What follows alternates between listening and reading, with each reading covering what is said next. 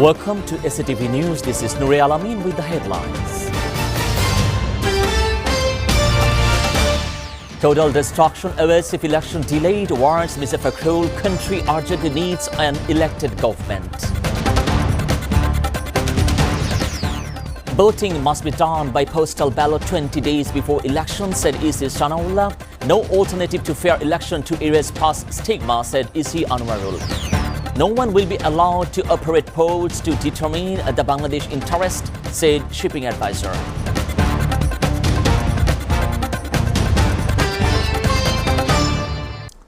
Now in details. BNP Secretary General Mirza Fakhrul Islam Alamgir has alleged that a quarter is maneuvering to postpone the national election, warning that any attempt to derail or delay the polls would be catastrophic for the country. Country urgently need an elected government, he said today during a views exchange with freedom fighters and their families at the district Muktijudha complex. He also demanded that the election schedule be announced without further delay. Recalling 1971, Fakhrul said thousands of innocent people were killed and countless others fled to India under persecution while women suffered grievous abuses.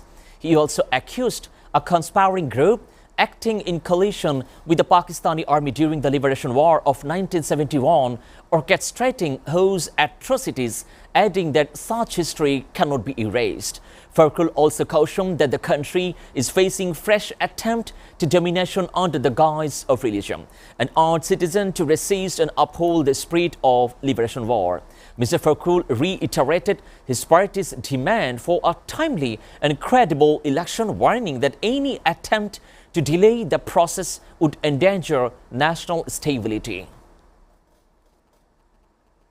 Election Commissioner retired Brigadier General Abul Fazl Mohammad Sanaullah today said voting must be done by postal ballot 20 days before the election. The confidentiality of votes of the expatriate voters will be protected. EC Sanaullah held an online discussion with members of Bangladesh embassies in Oceania countries regarding postal voting at Election Commission Secretariat. The EC warned to vote in 2 days and through proxy voting and postal ballot to exercise the voting rights of expatriate, but proxy voting was dropped due to objection from the political parties. He also said that casting a vote at the right time through ballots is a challenge.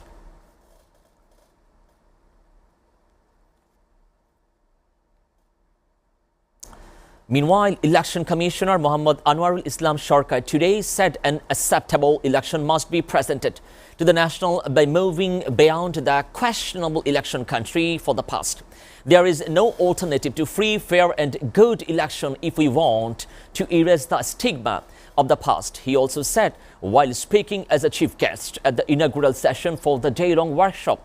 The workshop titled Challenges of Polling Officer in the Election Process and Way Forward was organized by the Election Commission Secretariat at the conference room of the Bangladesh Rural Development Academy, Kumilla. The Election Commissioner said the upcoming 13th national election is very much important, is determining the country's democracy and future leadership. He also added that all concerned, including administration, police and field-level officials, must perform their duties with impartiality, courage and professionalism. No one can conduct a successful election alone. It requires the collective efforts of all, he also added.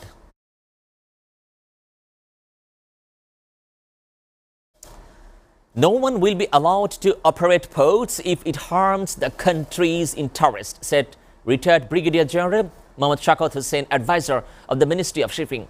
He also made the remark today at 9:30 a.m. during the inauguration of Laldia Container Terminal in Chattogram. The event was attended by Rear Admiral by Muniruzzaman, chairman of the Chittagong Port Authority, other officials and representative of port worker.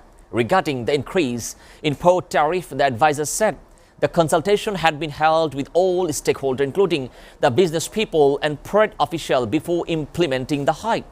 If workers are now claiming that they were not consulted, this allegation will be thoroughly examined. He also added he had said the parade had been operating for 40 years under the 1984 tariff structure and had finally been updated.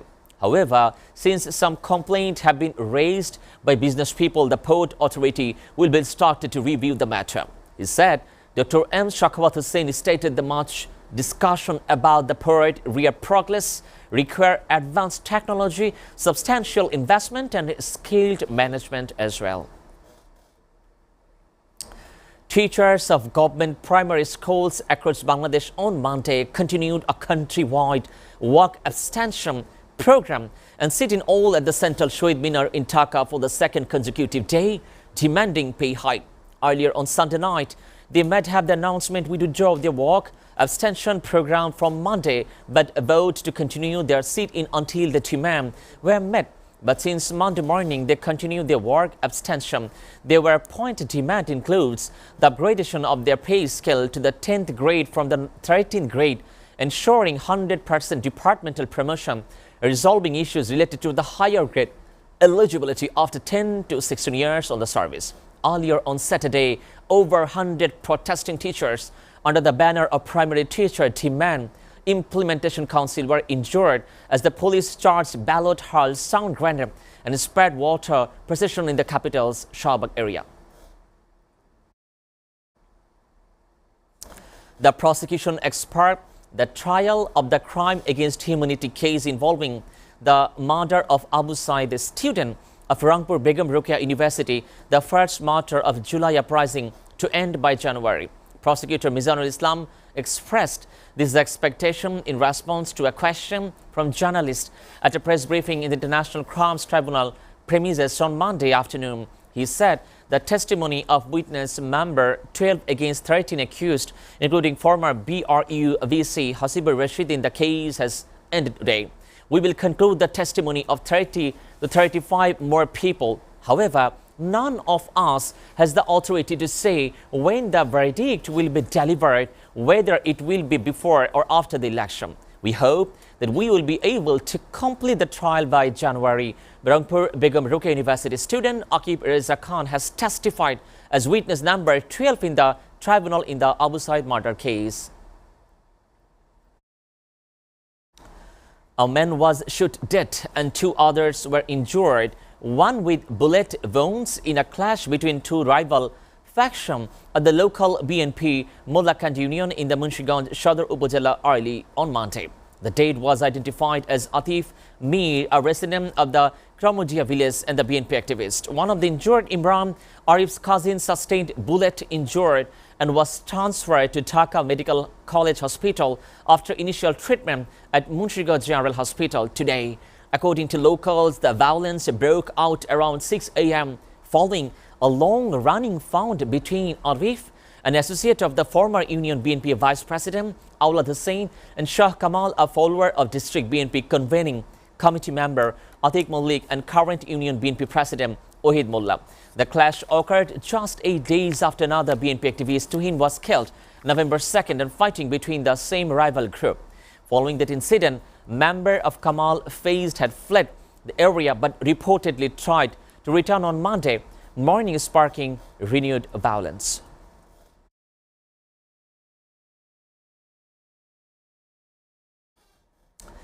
The new contraceptive method known as the hormonal IUD is considered safer and less risky than conventional alternatives. Experts shared this insight at a seminar on the hormonal IUD project held on Sunday at the capital's Hotel Pan Pacific, Sunargao. At the completion meeting marking the end of the phase of the project implementation, experts and policymakers from various levels of the country's health sector shed light on the project achievements and shared their experiences. Globally, more than 111 million unplanned pregnancies occur each year, with half of these in low-income and middle-income countries. In this context, the hormonal IUD has emerged as a 5-year temporary family planning method. Pathfinder International, with support from Clinical Contraception Services Delivery Program of the Directorate General of Family Planning, conducted extensive research over 24 months following the advice and approval of the National Technical Committee (NTC). Project activities were carried out in 9 districts across Dhaka and Mymensingh divisions. The discussion emphasized various steps to make IUD service more accessible. Experts expect that this new method of birth control will achieve greater success in the future. In addition to service providers and district and sub-district officers involved in the project, faculty members from Health Economics Department of Dhaka University also attended in the seminar.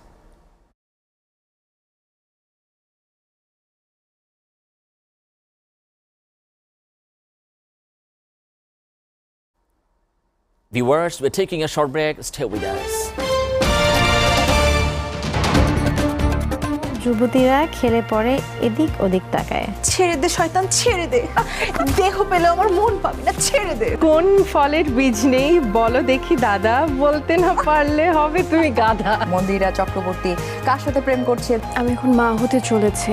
চিনেছি তোমারে আকারে প্রকারে, দিনের আলো রাতের আধারে। কোন বাসায় শুধু দুজন থাকে, দরজা জানালা ছাদ কিছুই থাকে না? পা, পায়ের নুপুর, ছন্দ, মনে হচ্ছে কি ছু দিয়ে জাদু মন্ত্র। এক্স্যাক্টলি। পায়েরে নুপুর আমার। অরিক্স স্পেশাল সেলিব্রিটি শো তারকার ঝলক দেখবেন প্রতি শুক্রবার রাত 9:30 মিনিটে। ভালোবাসা একবার তুমি বউ কইয়া ডাকো। হ্যাঁ গো, আর কত দূর? আরে আমি তো ফিডের গাড়ির লগে। তোমার গরু হাঁস মুরগি মাছ তো অনশন শুরু কইরা দিছে। কি কও, অনশন শুরু কইরা দিছে? কেডা? হাঁস মুরগি মাছ। আরে ওগো মতি গতি দেখা মনে হইতাছে এসএফএ ছাড়া কিছুই খাইবো না। হ্যাঁ গো, এসে ফিডের খবর ওরা জানলো কেমনে? আরে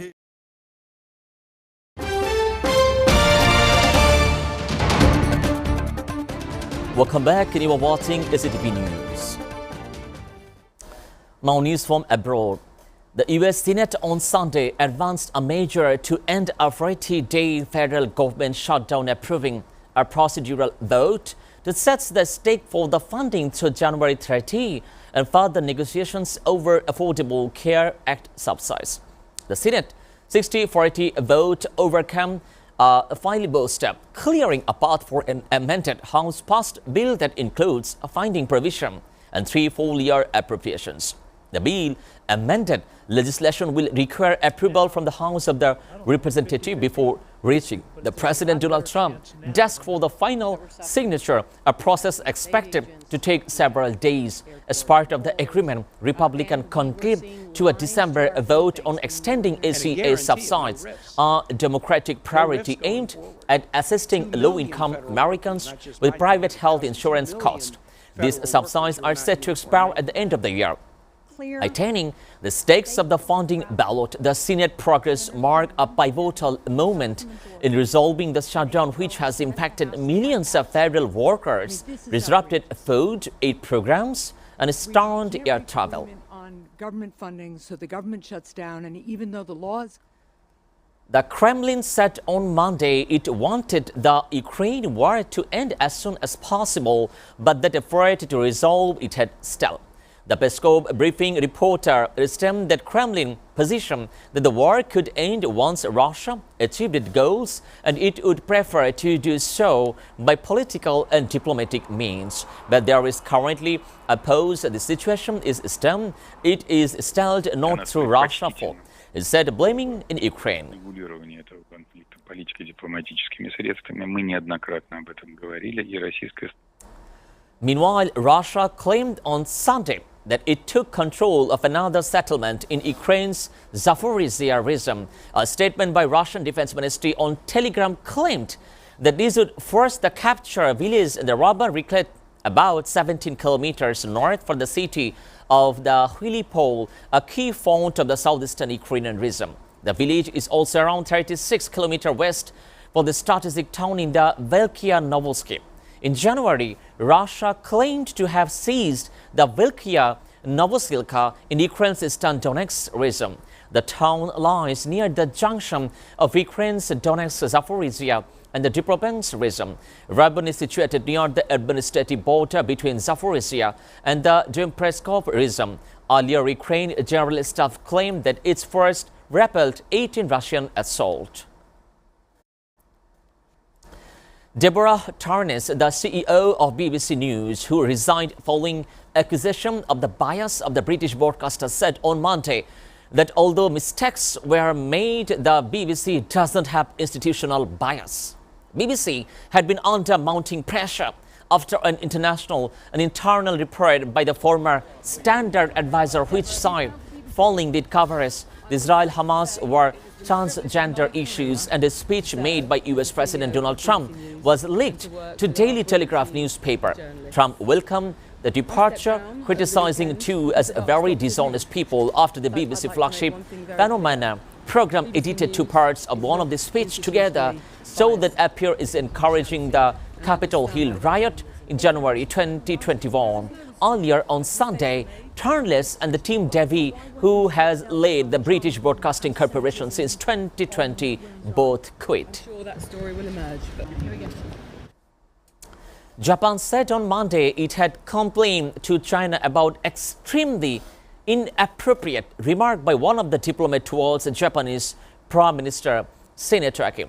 They have no choice but to cut off the dirty net that has lunged at them without the nuance. Hesitation China Consul General in the Osaka, Zhu Zhan, said in the post on the social media website. On Saturday, in the post, Zhu shared an article that referred and comments on how Japan could respond to a Chinese attack on town on Monday. Japan Chief Cabinet Secretary Monokara said on the incident, post was not entirely clear. It was extremely inappropriate. Japan's Foreign Ministry and Japanese embassy in China launched a strong protest with Beijing and demanded the detention for the post. And asked by the reporter whether Japan would expel the envoy, the Kihara said Zhu had multiple inappropriate statements. That Japan must have repeated representations of Beijing to take appropriate action.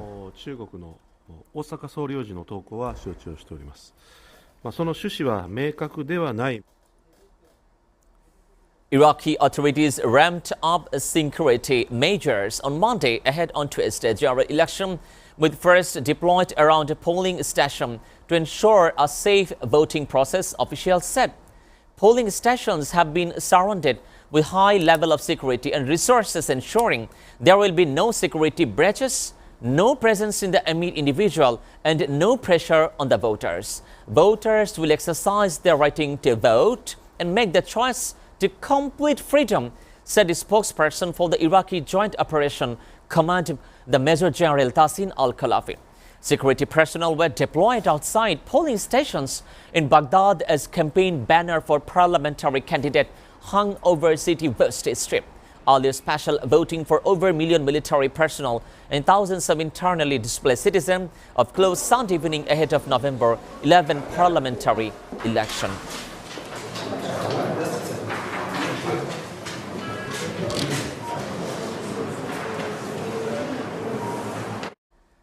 The government of Mexican President Claudia Sheinbaum on Sunday unveiled plans to fight organized crime and improve security in the violence-ridden state of the Michoacan after brazen public assassination of a local mayor sent stakeholder through the country.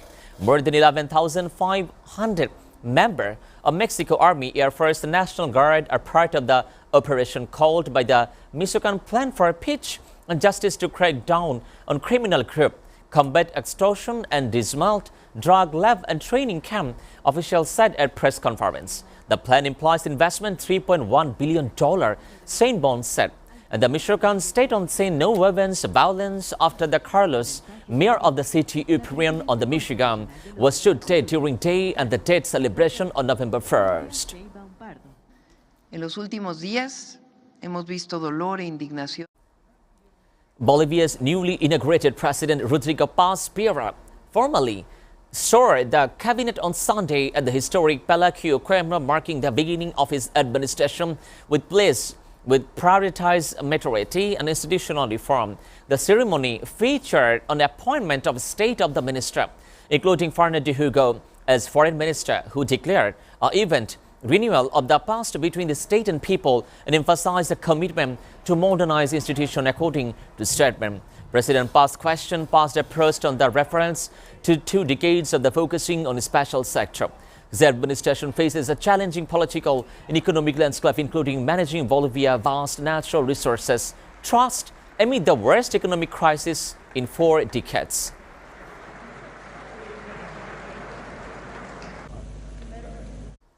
The number of people confirmed dead after a boat carrying member of Myanmar persecuted Rohingya community sank near the Thailand-Malaysia border rose to 11 on Monday. Authorities said about 70 people believed to have been buried on the capsized vessel. The status of another boat carrying 230 passengers remained unclear, Malaysian authorities said, adding the threatened supervisor and the phone before family. And Thai authorities said they recovered bodies, including 2 children, adding to 7 pounds, the Malaysia Maritime Agency. At a press conference on the island of Lansky, close to the search area, Malaysia Maritime Agency said air assets were being deployed by both Thailand and Malaysia to search for survivors.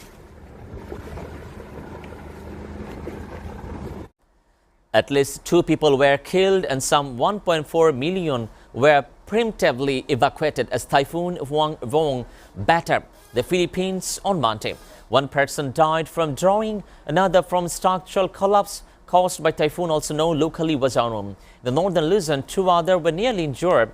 Nearly 100 homes were completely destroyed, while around 1,000 sustained damage. Nearly 3 million households suffered from power outage on Sunday due to typhoon, but the National Electrification Administration said Monday that assessment are ongoing, according to Philippines news agency.